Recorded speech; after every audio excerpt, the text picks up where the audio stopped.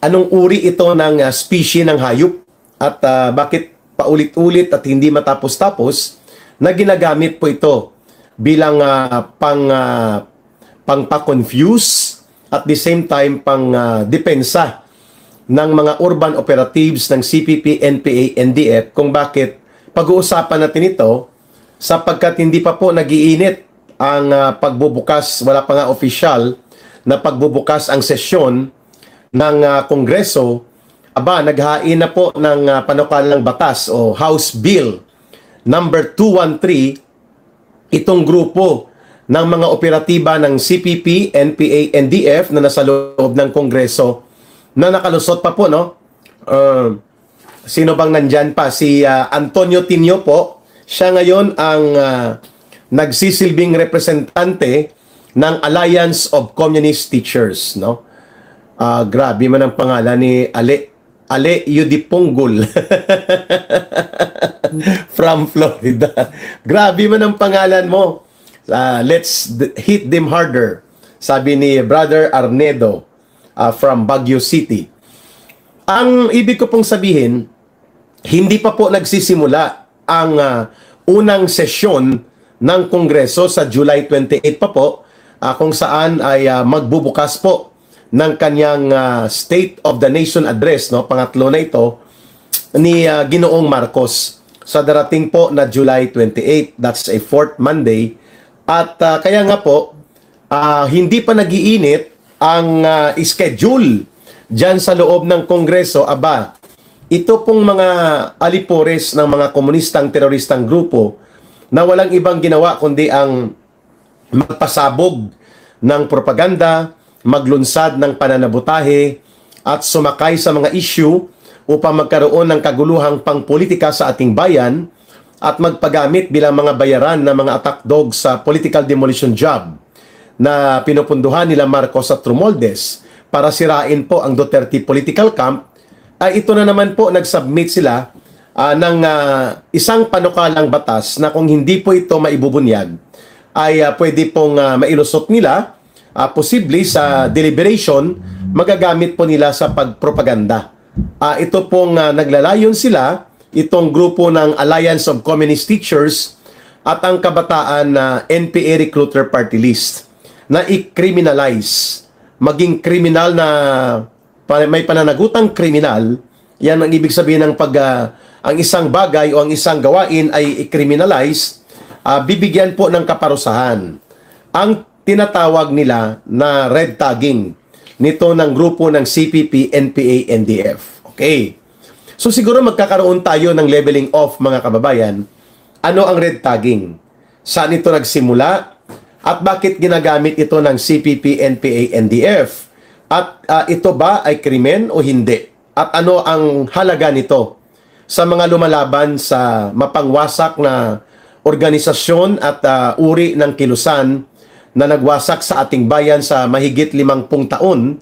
And I'm talking about the CPP, NPA, NDF.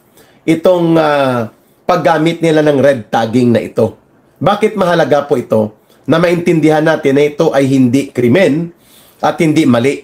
Okay? So start tayo, no? Ang history ng red tagging po na reklamo o the terminology itself, originated po yan sa Estados Unidos. Sa panahon po na may tinatawag na McCarthyist campaign.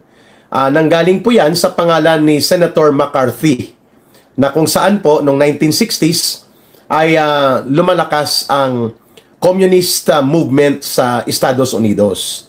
At na-infiltrate nila ang mga schools, ang mga iba't ibang mga organisasyon, mga labor union, at nagkaroon sila ng pagkakataon na makabuelo ng kanilang pagkilos sa loob mismo ng Amerika sa Estados Unidos. So there was a senator na ang pangalan niya ay McCarthy, no? Ang apelyido niya. At pinangunahan po niya ang paglalantad at paglaban sa mga komunistang gawain sa Estados Unidos noong dekada 1960s po ito. Kaya tinawag na McCarthyist campaign. At ang mga komunista sa Estados Unidos po, nagrereklamo sila na nagkakaroon ng witch hunting at red tagging. or communist hunting and red tagging. Dahil ina-identify po sila ni Senator McCarthy.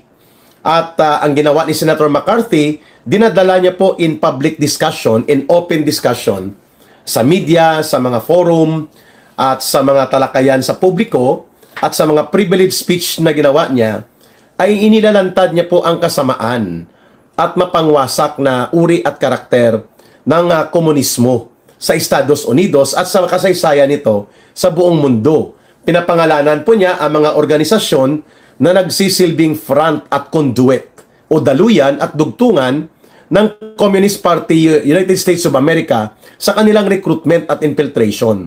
The way the CPP, NPA, NDF conducted their own operations sa urban area. So para po magkaroon ang Communist Party of America sa Estados Unidos, yung Communist Party of United States of America na tinatawag po na CPUSA, kasi noon ang CPSU, yan ay Communist Party of Soviet Union. Ang CPC po ay Communist Party of China. Okay? At ang Communist Party of the Philippines, CPP.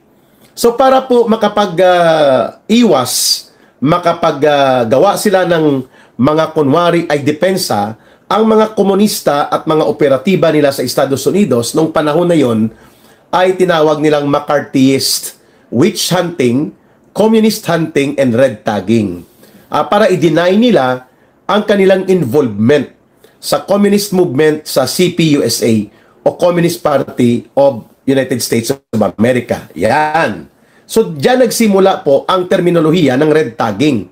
Sapagkat gusto ng mga komunista sa Estados Unidos nung panahon na yon mapigilan ang lumalaganap na kampanya ni Senator McCarthy na sila ay maibulgar sa mamamayan ng Estados Unidos at sa buong mundo nang sa ganon ay mapatigil ang kanilang mga panluloko. Diyan nagsimula po ang red tagging na termino. To deny and attempt to misrepresent itong mga organizers and to misrepresent themselves na hindi kami komunista. Kami ay mga labor union leaders. Kami ay mga labor union organizers. Kami ay mga activists. Kami ay mga human rights advocates. Ayun. Yun, para maigiit nila yan, ang depensa ng panluloko at panlilinlang sa mamamayan sa Estados Unidos at magpapatuloy ang kanilang pagre-recruit sa gawain sa pagsusulong ng communist movement sa Amerika, tinawag nila na ang ginagawa ni Senator McCarthy ay hindi lamang McCarthyist o kaya witch hunting, kung hindi red tagging din po. Ayan.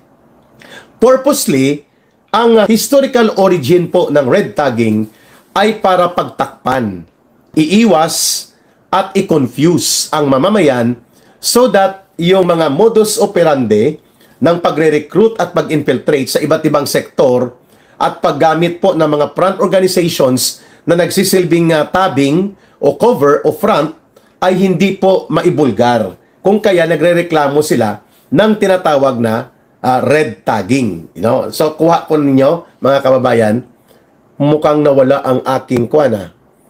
Ayan, nandiyan na. Nakabalik ba ako? Am I still on? Lilith de Guzman and Doc Elmer, Lourdes Bernasor from Ontario, Canada. Mukhang nawala po ako. Malakas signal dito ka Eric. Mahiselia Sendon. 2028 ka Eric for Senator. Hindi natin kaya yon. Tutulong tayo kay Inday Sara, check yun. Okay? Kaya babalik siguro si ka Eric sa Pilipinas para tumulong.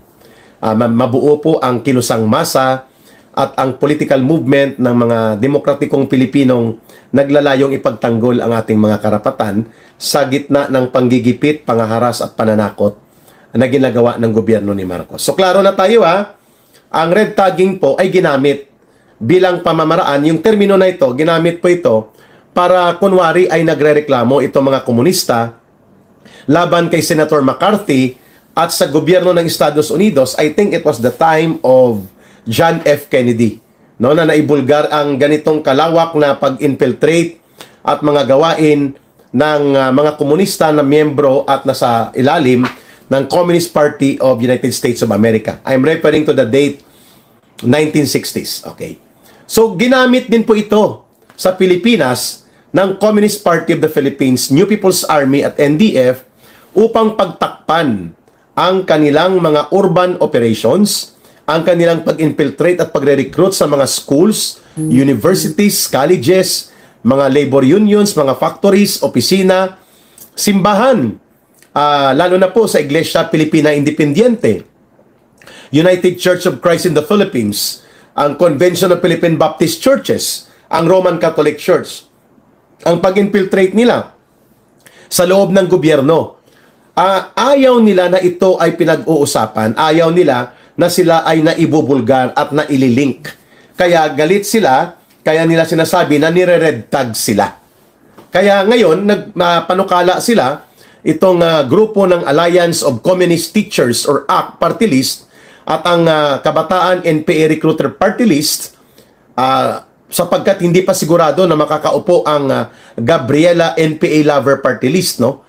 Dahil kung magiging pinal at mawawala po ang 3 seats na na-apportion para sa kabataan sa Duterte Youth Party, ay pwede pong mapagbigyan ang maniobra ng CPP, NPA, NDF as supported by Martin Romualdez and Mr. Marcos na sila ay makakakuha ng karagdagang 1 seat sa party list na Gabriela NPA Lover Party List. Kung saan po recycled dyan si Sara Ilago na dati na po ito na ibulgar at umupo ito ng 9 na taon at 6 na taon na naging kongresista po ito ng CPP, NPA, NDF sa loob ng Kabataan Party. At siya ngayon ang number 1 nominee ng Gabriela NPA Lover Party List. Ano? Wala na ang bayad muna. Tanggal na po sila. Okay. So ang House Bill 213 na pinanukala po ni Antonio Tinio ay naglalayon na i-criminalize, parusahan at itrato na kriminal ang ginagawa ni Ka Eric, ang ginagawa ni Ma'am Lorraine Maribadoy, ni General Antonio Parlade ng National Task Force to End Local Communist Armed Conflict na mga officials at ng ating Armed Forces of the Philippines, ng ating mga security sector at mga intelligence units na nag-a-identify dito sa mga front organizations, mga urban-based organizations, at pati mga NGO or non-government organizations nila. Kasama po dyan ang mga personalidad na nagkukunwaring sila ay mga kongresista by way of their party list. Yun nga, yung dalawa ngayon ang naiwan pa nila, yung Alliance of Communist Teachers or ACT Party List, saka yung Kabataan NPA Recruiter Party List.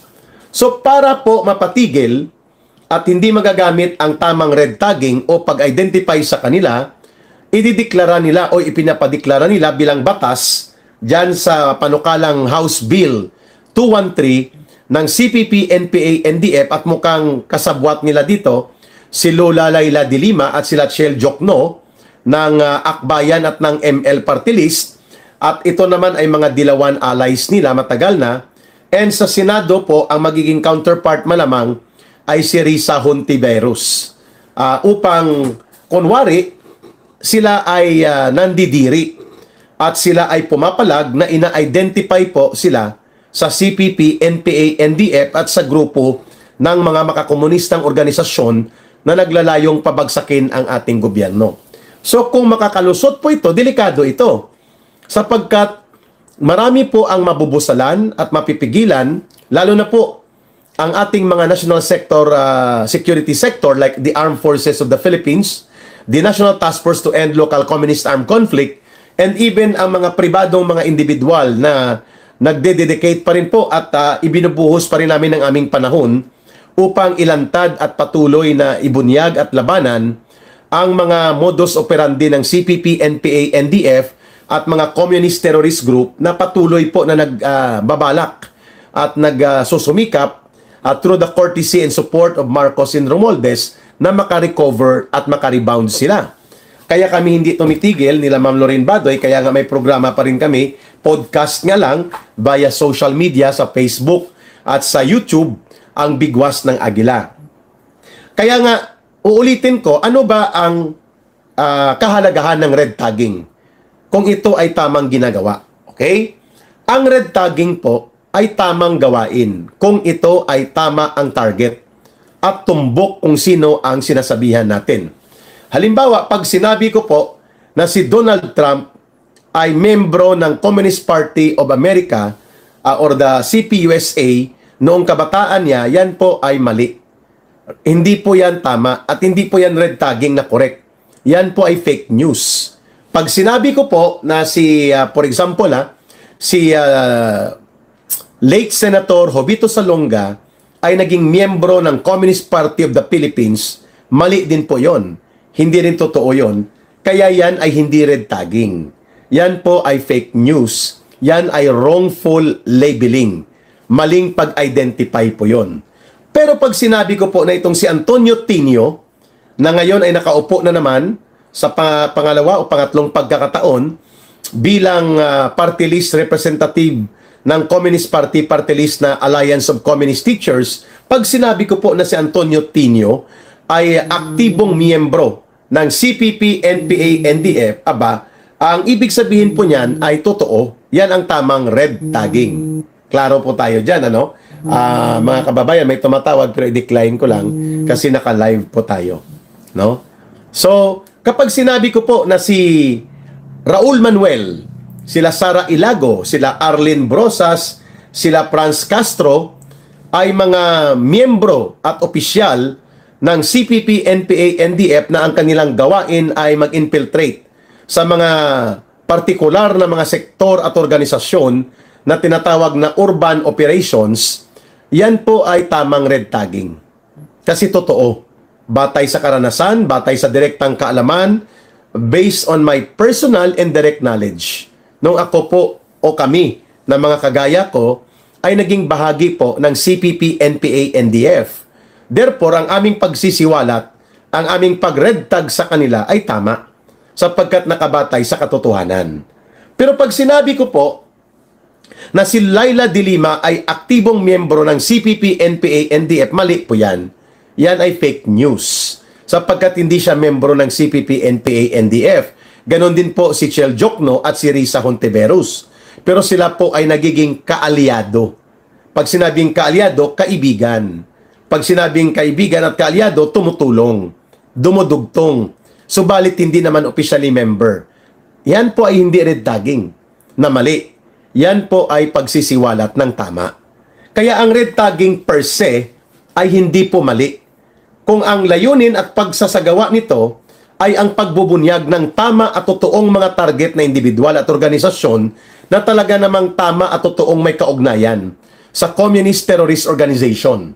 Magiging problematic po ang red tagging at kapag ito po ay naging wrongful labeling, mali po ang pag-identify dahil hindi po nagkaroon ng vetting, hindi po na-validate at hindi po nanggaling sa direct personal knowledge o testimonial declaration ng mga dating kadre at mga dating rebelde at leaders ng CPP, NPA, NDF na ngayon ay humiwalay na at umalis na sa CPP, NPA, NDF at tumutulong na sa kampanya ng gobyerno laban sa communist terrorism.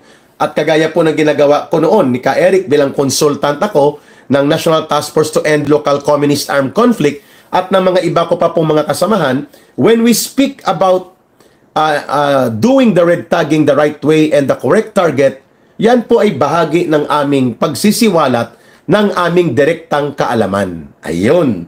Paano kung nakulong si Dilima na gawa-gawa lang ni Duterte? Paki-explain. Bakit ako mag-explain, Patrick Rodriguez? Ikaw dapat alam mo yon paano naging gawa-gawa. Hindi nga nagkaroon ng trial sapagkat minaniobra ni Bongbong Marcos, no? Mag-research ka muna bago ka magkomentaryo, Patrick Kim Rodriguez. Alam na namin kung sino yan at mga style mo. Ano? So, hayaan nyo na pong sumbi. Hindi na natin yan papatulan, no? Pina-flooding niya tayo, no? Nagpa-flooding sila. Hayaan na po natin. Yan, ito siguro, posible ay mga kagagawan po ito ng ito ay mga kaalyado o sympathizer ng mga salot ng lipunan na communist terrorist group, no? Itong si Patrick Rodriguez. Malamang peke din ang pangalan niyan, ano? Hindi ko kasi alam paano tanggalin yan sa Facebook, ano. Aha. Ayan, okay. Mamaya ko natin tingnan kung sino ito. Mukhang kaalyado nga ng CPP, NPA, NDF, no? Itong si Patrick Kim Rodriguez. Ibig sabihin, binabantayan niya po ang ating mga pag-live, no? Kaya nandyan siya. May mga trolls ka, Eric. Hayaan nyo lang po. Makinig lang kayo dito kay ka Eric para po hindi kayo magkaroon ng confusion. So the red tagging per se ay hindi mali.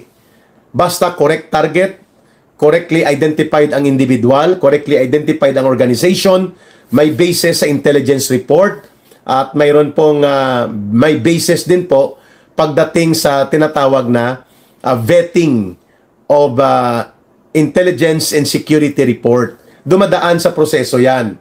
Either direct personal knowledge ng mga dating rebelde at mga kadre kagaya namin, testimonial declaration, mga judicial affidavit namin, at intelligence validated report and vetted security update information. Yan po, tama yan. Correct target, correct individual, correct organization, at inilalahad po batay sa kasaysayan, karanasan at kaalaman ng mga nakakaalam at nakakaranas ng ganitong gawain ng CPP, NPA, NDF na gumagamit ng mga cover and front organization at naibubunyag, yan po ay tamang red tagging. Okay? At yan ang gustong ipatigil ng CPP, NPA, NDF, kaya nag-file po sila at mukhang ito ay parallel, kaalinsunod po sa layunin ni Lola Layla de Lima na gamitin din po ang kanyang posisyon sa party list na magkaroon ng pag-criminalize sa usapin po ng red tagging upang ito ay hindi na po magagamit na magiging instrumento sa pagbubunyag, paglalantad at pagsisiwalat sa mga karumal-dumal na mga krimen involving communist terrorism at iba't ibang karahasan, recruitment, at ano pang mga pagsira at pagwasak sa mga kabataan, pagre-recruit nila at mga pag-infiltrate sa gobyerno and even sa abroad na ginagawa po ng mga urban-based and front organizations ng CPP, NPA, NDF. Kaya po layunin nila na ito ay ipag-criminalize. Dalawa pong grupo yan, may version yan nila Lola Layla de Lima at nila Shell Jokno yata ng Akbayan, no? Ang Akbayan, by the way, sila Lola Layla de Lima, si tanim witness allegedly na itinuturo na nagtatanim ng witness at nagmamanipulate ng mga witnesses sa Senate hearing and even before pa si Ontiveros at sila Shell Jokno, hindi po sila mga Communist Party members. Sila po ay mga nagiging kaalyado, nagiging kaibigan at sa isang takdang panahon nagiging kasabwat ng CPP, NPA, NDF sa mga gawain kaparyo po nitong mga pagsasagawa ng mapaminsala at delikado na red tagging criminalization bill, yung Human Rights Defenders Bill para ipalusot na ang mga NPA at mga urban operatives at underground movement leaders in organizations ng CPP, NPA, NDF ay tatawagin ng mga human rights defenders para hindi po sila ma-applyan ng puwersa at kapangyarihan ng batas, hindi sila matatarget sa mga raid at sa mga surveillance at pati na sa pagpapatupad ng anti-terrorism law. Yan naman po ay panukala nilang Human Rights Defenders Bill. So, nagsama-sama po ito ang mga hilaw na komunista, ang mga sumbi ng dilaw at pink, at ang mga urban operatives ng Communist Party of the Philippines, lahat po sila nagsama-sama upang dumugin ang napakahina at walang katuturan at wala ka makitang matuwid na paninindigan ni Marcos at ni Romualdez para labanan at putulin at pigilan ang mga ganitong hakbang ng CPP, NPA, NDF and their allies and operatives na ginagamit pa po ang resources ng Kongreso at ng gobyerno para magpalusot ng napakadelikadong panukala. Imagine, no, ipapapenalize mo, ipakriminalize mo kung nagsasalita ang Armed Forces of the Philippines ng mga katiwalian at mga karahasan at mga kasamaan at mga pangwasak na ginagamit po ng CPP, NPA, NDF sa pagre-recruit ng kabataan, ang paparusahan mo kung mailulusot nila itong House Bill 213 na ito with counterpart bill sa Senado na malamang gagawin yan nila Risa Hontiveros. Aba mga kababayan, delikado po ang ating gobyerno nito. Ay sa bagay, sabi mo naman ka Eric, wala namang pakialam na si Marcos at sila Romualdez tungkol sa pagpapabagsak ng CPP, NPA, NDF at lubusang pagkagapi nila sapagkat nagagamit na nila ito bilang mga attack dogs nila. Okay? So, hindi po mali ang red tagging. Kung ito po ay nakabatay sa informasyon at kaalaman ng mga dating kadre at mga rebelde na nanggaling sa loob mismo ng CPP, NPA, NDF. Kung ito po ay nanggaling mismo sa direct testimonies and direct na mga pagsisiwalat o revelations ng mga kadre at mga kagaya ko na may direktang kaalaman, direktang partisipasyon at karanasan at kasaysayan sa loob po mismo ng mga pagkilos ng CPP, NPA, NDF, at yung mga kaalaman na yan at karanasan namin ay naisisiwalat namin at naibabahagi sa gobyerno, kung kaya nagagamit ng gobyerno ang pag-red tag ng tama o pag-identify. Okay? So, bakit nila ito gagawin? Na gusto nilang ipa-criminalize ang tinatawag na red tagging activities. Which is, sabi ni Ka Eric, hindi ito mali. Ito ay tama basta tamang target, tamang individual, tamang organisasyon, batay sa karanasan, kasaysayan at kaalaman, at dumaan sa proseso ng vetting and verification of intelligence information sources. Okay. Gusto nilang gawin ito para po magkaroon ng dahilan na tumigil o matakot ang mga nasa gobyerno, lalo na po sa security sector, sapagkat kakasuhan ka at pwede kang maipapakulong. Kung kaya nila ito itinutulak, no? Maliban pa siyempre, nagagamitin nila ito sa pagpropaganda upang sabihin nila sa mga kabataan na nire-recruit nila dyan sa UP, sa PUP, sasabihin nila, huwag kayong matakot sapagkat nire-red tag lang nila tayo. Hindi totoo na tayo ay mga miyembro ng CPP, NPA, NDF.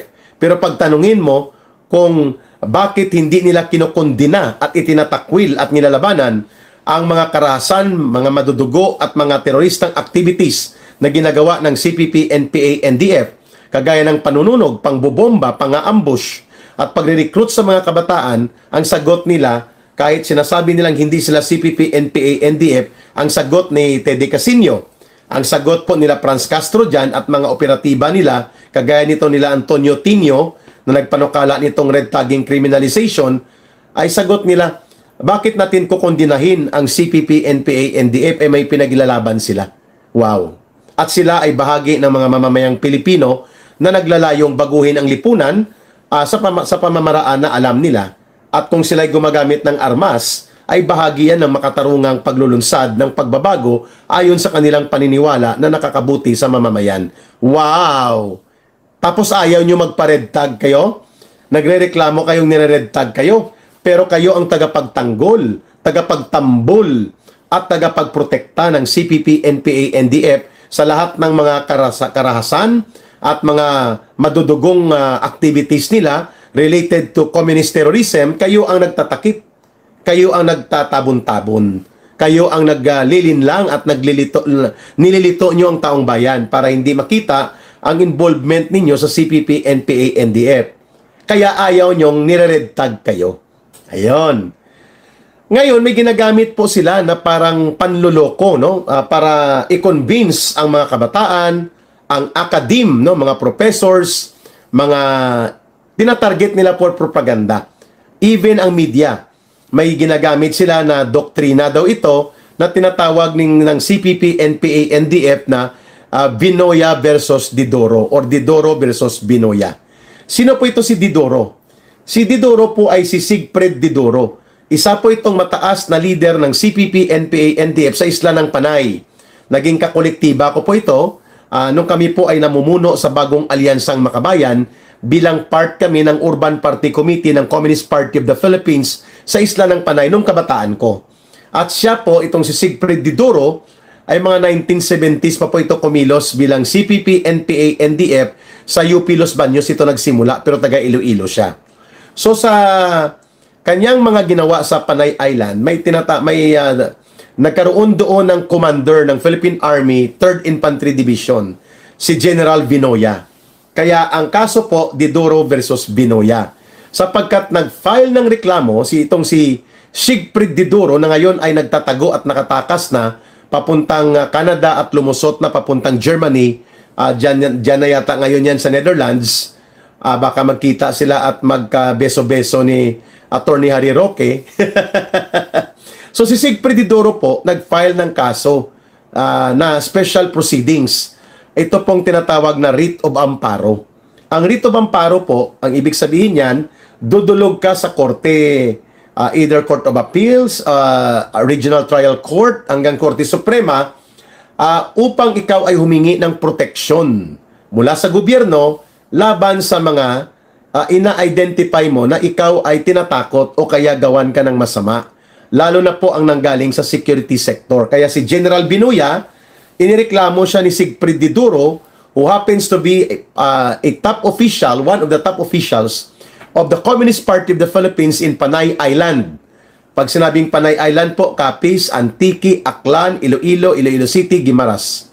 Yan. At so si Didoro po, leader yan doon, no? Naabutan ko pa yan, and I have direct personal knowledge, no, about sa kanya. So nag-file ng writ of amparo laban sa 3rd Infantry Division, Philippine Army Commander sa isla ng Panay na si General Binuya. Subalit, ginagamit ito ngayon na palusot ng CPP, NPA, NDF dahil itong Binuya versus Didoro ay ibinalik ng Korte Suprema. At ang sabi ng Korte Suprema, mali ang ginawa ng judge sa Regional Trial Court sa Iloilo City na dinismiss niya without trial. So kailangan magkaroon ng further proceedings, mag-present ng ebidensya at counter-evidence at bigyan ng court trial ang petisyon ni Didoro for writ of amparo or state protection laban sa sinasabi niyang state harassment ng security forces. Pero tinitwist po ito, no? Binabaliktad at binabaluktot ng CPP, NPA, NDF itong usapin ng Didoro versus Binuya sapagkat sinasabi nila na nag-rule na daw ang Korte Suprema na mali ang red tagging. At kapag nag-red tag daw ang gobyerno o sino man, ay nagbibigay ito ng panganib sa mga taong nire-red tag. That is not true. It was not a final judgment or ruling of the Supreme Court.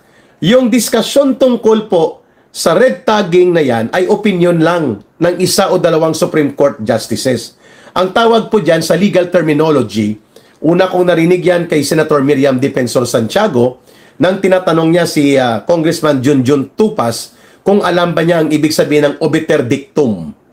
Ang obiter dictum po parang side comment yan.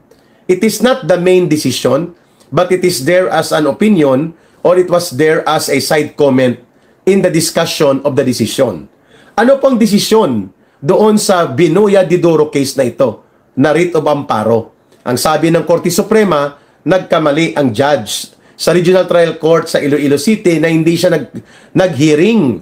Wala pong trial of testimonies and evidence, basta dinismiss niya in favor of General Binuya at ng government ang writ of amparo at hindi ibinigay ang writ of amparo pabor kay Sig Fredidoro na CPP, NPA, NDF.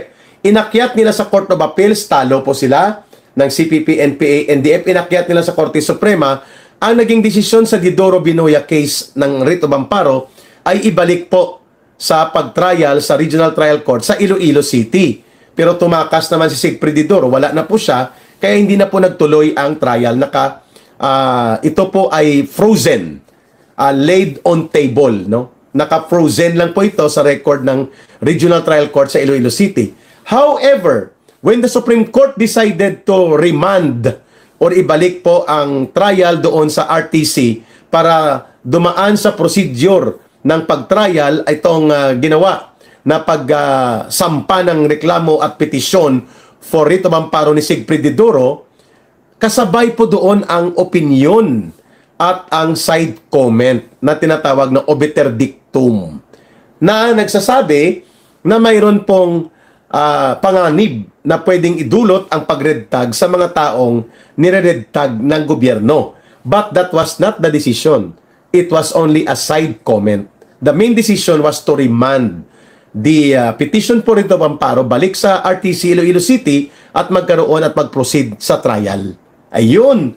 So the obiter dictum now is being misrepresented by the CPP, NPA, NDF as if this is a court jurisprudence. pag sinabi pong court jurisprudence, ang ibig sabihin ay parang pinal na desisyon ng Korte Suprema, kagaya po ng ruling nila na the second placer in an election cannot replace automatically yung na-disqualify na nanalo pero dinisqualify ng COMELEC o ng Korte sa anumang kadahilanan, at ang dapat gawin ay ang rule of succession kung mayroong vice mayor, may vice governor, pero kung one-on-one, dapat ay special election. Kaya nga, questionable itong pagiging COMELECted na ala sindikato na pinaupo ng COMELEC si Benny Abante, sapagkat dapat po hindi mag-apply sa kanya ang second rule placer, dapat mag-apply para sa kanya. At dapat special election. Yan ay jurisprudence. Ibig sabihin po, may desisyon na ang Korte Suprema at inadapt na nila en banc. However, itong obiter dictum about red tagging was not a final judgment of the Supreme Court. It was only a side comment na idinagdag lang doon ng isang hukom nang ibinalik po nila ang desisyon na mag-trial doon sa petisyon por writ of amparo ni Sigfrid Didoro ng CPP, NPA, NDF laban kay General Binoya. At ito po ay nangyari, I think mga 4 na taon na ang itong writ of amparo. Yan, mga 4 years na po ito at wala na nga sa Pilipinas si Sigfrid Didoro ng CPP, NPA, NDF. So malinaw po na ang taktika na i-misrepresent po nitong CPP, NPA, NDF urban operative sa loob ng Kongreso na mayroong Supreme Court na doktrina na may definition ng red tagging, mali po yan. It was not a Supreme Court final judgment. It was simply an obiter dictum or a footnote or a side comment. And it was not yet final. Klaro?